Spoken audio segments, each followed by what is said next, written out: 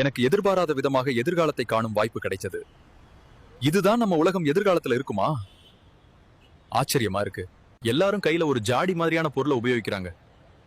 இது என்ன மாயம்? இந்த சிறு பெட்டியில உலகமே இருக்குது போல இருக்கு.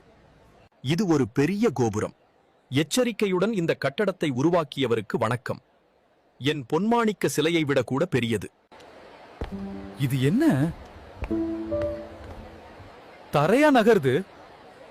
மந்திரம் போல இருக்கு. அப்பா,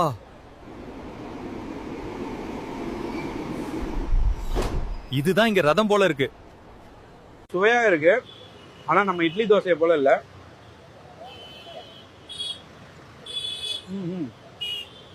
அடடா, இது என்ன வண்டி? என் குதிரை ஓட்டத்தை விட வேகமா போகுது. இவங்க ராணுவமா இல்ல வேற ராசியிலிருந்து வந்தவர்களா?